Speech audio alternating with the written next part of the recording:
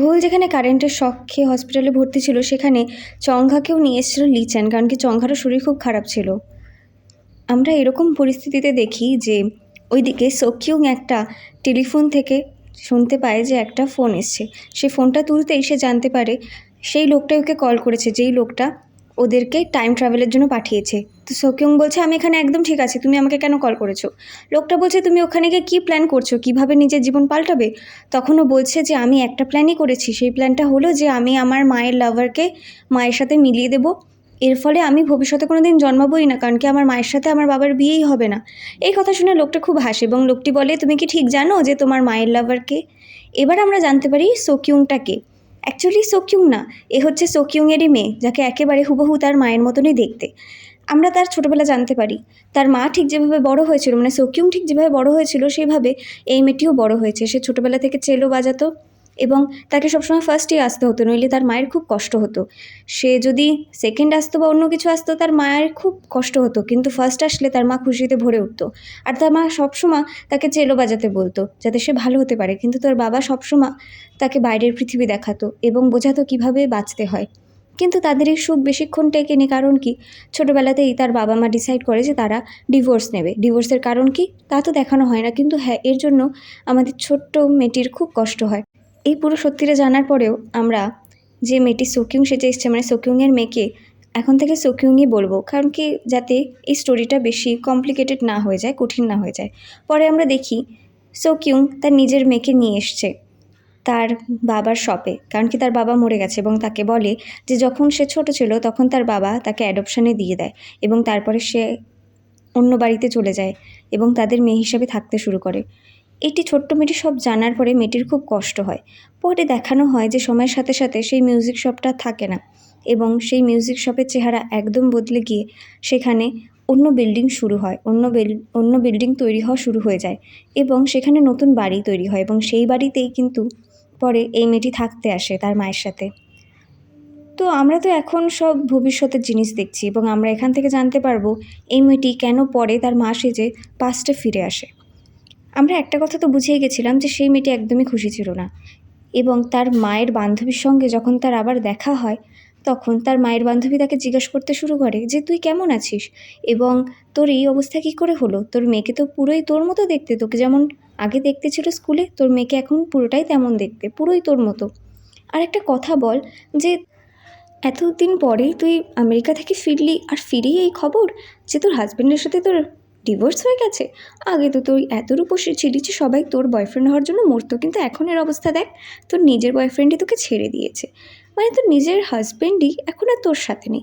এই শুনে ওনার খুবই খারাপ লাগে, কিন্তু উনি ওকে কিছু বলতে পারে না, এই জন্য উনি চুপচাপ ওখানে হাসতে থাকেন। এর থেকেই বোঝা যায় যে এই সব কথাটা তাকে কতটা কষ্ট দিয়েছিল যে সে ওখানে চুপচাপ হাসছিল।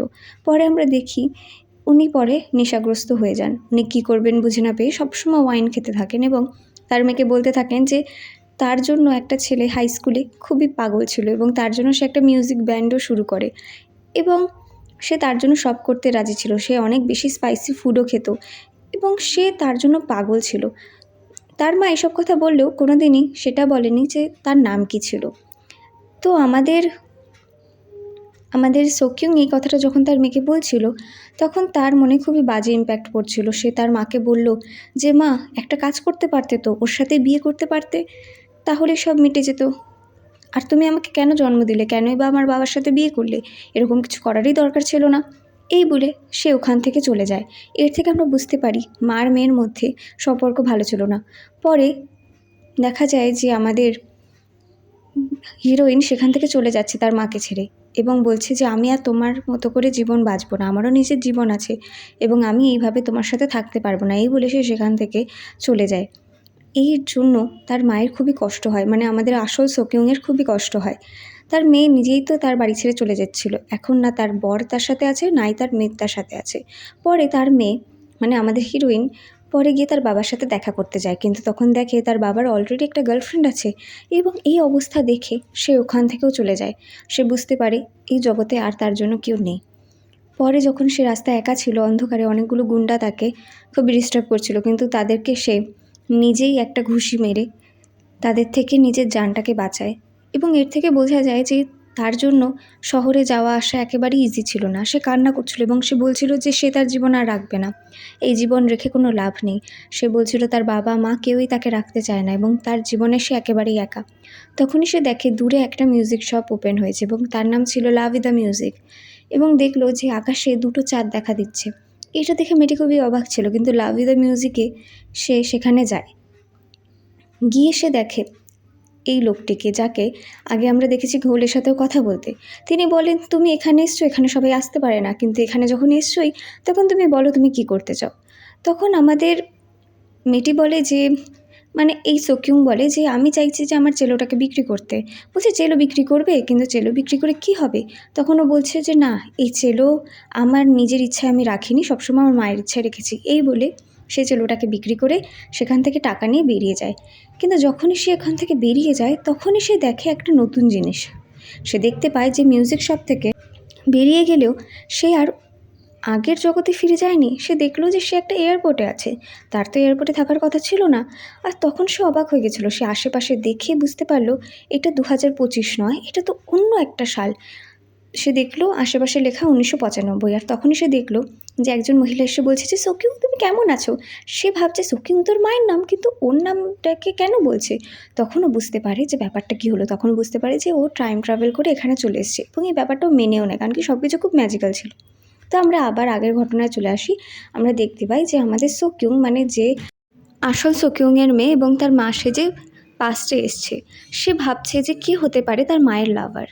এবং এটা ভাবতে ভাবতে আমরা দেখতে পাই যে অন্যদিকে ডক্টর অনেক চেষ্টা করছে আমাদের ঘোলকে বাঁচানোর জন্য। ঘোল এত বাজেভাবে ইলেকট্রিক শক খেয়েছে যে তাকে বাঁচানো সম্ভব হচ্ছে না।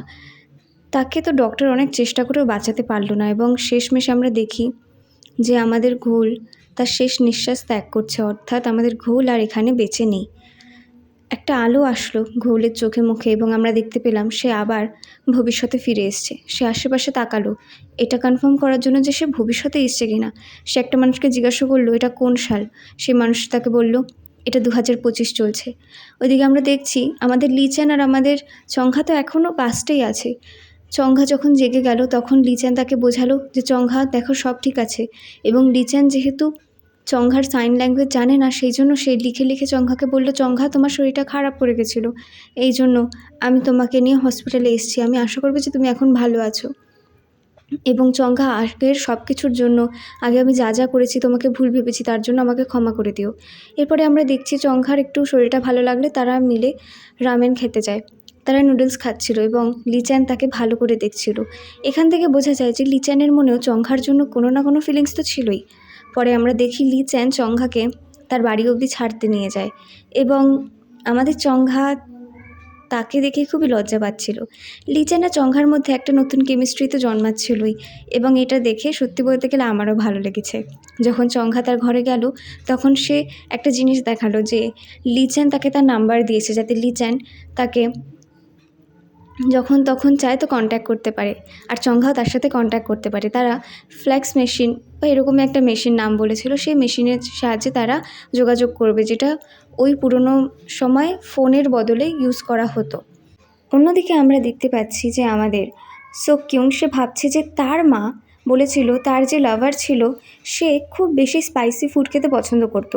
সেই জন্য সোকিউং দেখতে চাইছিল যে কোন ছেলে যে ভালো করে ঝাল খেতে পারে, যে ঝাল খেতে পারবে সেই তার মায়ের লাভার হবে। সেই জন্য সে এক এক করে 4 জনকেই ডাকে। প্রথমের জন যে আসে সে তো অনেক বেশি স্টাইলিশ ওয়েতে আসে, কিন্তু এই দেখে তার হাসি পেয়ে যায়। কিন্তু যখন সে ঝাল খায়, ঝাল খেয়ে তার অবস্থা খারাপ হয়ে যায়, এবং পরের জনেরও তাই অবস্থা ছিল। সে খুবই স্টাইলিশ হয়ে এসেছিলো। এই স্টাইলিশ মানে খুবই ফানি ওয়েতে এসেছিলো ওরা, খুবই অদ্ভুত এলিয়েনের মতো লাগছিলো ছেলেটাকে আমার। এবং যখন সেও ঝাল খায় তারও মুখ থেকে এরকম আগুনের হলকা বেরোতে থাকে, এবং কিন্তু অন্যজন যে ছিল সে তো মজায় মজায় সেই ঝাল মাংসগুলো খাচ্ছিল এবং তার খুব মজাও আসছিলো। কিন্তু সে বলে দিল দেখো চংঘা, মানে সরি দেখো সোকিউং, আমার তোমাকে পছন্দ না, আমার থেকে বয়সে বড় মেয়েদেরই পছন্দ। তো সোকিউং এই জিনিসটা তো বুঝে গেল যে এও সে না। কিন্তু যখন লিচ্যান আসলো, লিচ্যান যতটা ঝাল ছিল খাবারে তার থেকেও বেশি ঝাল সে দিয়ে দিয়ে খাচ্ছিল। তো আমাদের সোকিউং একটা জিনিসই ভাবলো, নিঘাতেই হবে আমার মায়ের সেই লাভার। কিন্তু তার মনে হলো ঘোলও তো হতে পারে। সে জানতে চাইলো যে ঘোল কি ঝাল খেতে পারে কি পারে না। তখন সে ভাবতে ভাবতে একটা জিনিস ভাবছিল যে চলো আমরা ঘোল আর সোকিউংয়ের কিছু ফটো দেখে নিই। সে এক একটা ফটো দেখছিল, ফটো মন দিয়ে দেখছিল, এবং আমরা দেখছিলাম যে ঘোল সবসময় লিচানের দিকেই তাকিয়েছিল। তো তার মনে হলো যে না, ঘোল সেই ছেলেটা হবে না, কারণ কি ঘোল তো তাকে না, ঘোল তো লিচেনকে ভালোবাসে। মানে ও ভাবলো যে ঘোলের পছন্দ লিচানই, আর ঘোল যেন লিচানকেই তার বয়ফ্রেন্ড করতে চাইছে। অন্যদিকে একটা সিন দেখানো যায় যেখানে আমাদের ঘোল ভালো করেই মেয়েটাকে বলে দিয়েছিল যে আমার তোমার প্রতি কোনো ফিলিংস নেই। তো এইটাই সোকিউং ভাবছিল। সোকিউং ভাবছিল যে তাকে কেমন দেখতে, ঘোলকে কতটা ইনোসেন্ট লাগে কি লাগে না, এইসব মুহূর্ত তারা মনে করছিল। আমরা এটা বুঝতে পারছি এই টাইমে যে সোকিউংয়ের মনে ঘোলের প্রতি কিছু না কিছু তো আছে। সে তার মা সেজে অতীতে আসলেও তার মনে কিছু না কিছু একটা ফিলিংস জাগছে। অন্যদিকে আমরা দেখতে পারি যে লিচ্যান বলে আমাদের ঘোল এখনও ফেরেনি, ঘোল কোথায় আছে, কিন্তু এতে অন্য কারো যায় আসে না। ব্যান্ডে শুধুমাত্র লিচ্যানেরই ঘোলের হুট করে উধাও হওয়া নিয়ে যায় আসছিল। সেই জন্য আমাদের লিচ্যান খুবই রেগে যায়। লিচ্যান বলে তোমরা কেমন ব্যান্ড মেম্বার যে একজন চলে গেলেও তোমাদের কোনো যায় আসে না। এই জন্য লিচ্যান তাদের উপর চিৎকার করতে থাকে, এবং লিচ্যান ডিসাইড করে যে সে মিসিং রিপোর্ট সব জায়গায় দেবে এবং মিসিং যে পোস্টারগুলো থাকে সেগুলো সব জায়গায় ছড়িয়ে দেবে। আর সে ওখানে একটা ইনামও রাখে যে যদি কেউ ঘোলকে খুঁজে পায় তাহলে সে তাকে একটা অ্যাওয়ার্ডও দেবে। সেই জন্য হুট করে একটা কল সে পায়। সে কলে বলা হয় যে তোমার পোস্টার দেখে আমি তোমাকে কল করলাম, ঘোল নামে ছেলেটিকে আমরা খুঁজে পেয়েছি, এবং যদি তুমি তাকে পেতে চাও তাহলে ওই গলিতে চলে এসো। এই বলে একটা অ্যাড্রেস দেয় এবং বলে অবশ্যই টাকা পয়সা নিয়ে আসবে। এসব আমাদের লিচ্যান শুনে লিচ্যান সেখানে পালিয়ে পালিয়ে দৌড়ে দৌড়ে চলে যায়। ওইটা তো আমাদের চংখা দেখে নেয়, এবং আমাদের চংখা তো লিচ্যানকে খুব ভালোবাসে। তো যখন ও দেখলো যে লিচ্যান একদম তার পাশ থেকে দৌড়ে দৌড়ে গেল, আমাদের চংখাও কোনো কিছু না ভেবে লিচ্যানের পিছন পিছন দৌড়াতে লাগলো। লিচ্যান গিয়ে দেখে কয়েকজন গুন্ডা তাকে বলছে আমরা তো কাউকে দেখিনি, তোমাকেই আমরা কল করেছি, কিন্তু আমরা চাইছিলাম তুমি আসো, আমাদের শুধু টাকা দিয়ে মতলব, ওই ঘোল ঢোলকে আমরা দেখিনি। এই নিয়ে তারা হাসি ঠাট্টা শুরু করে।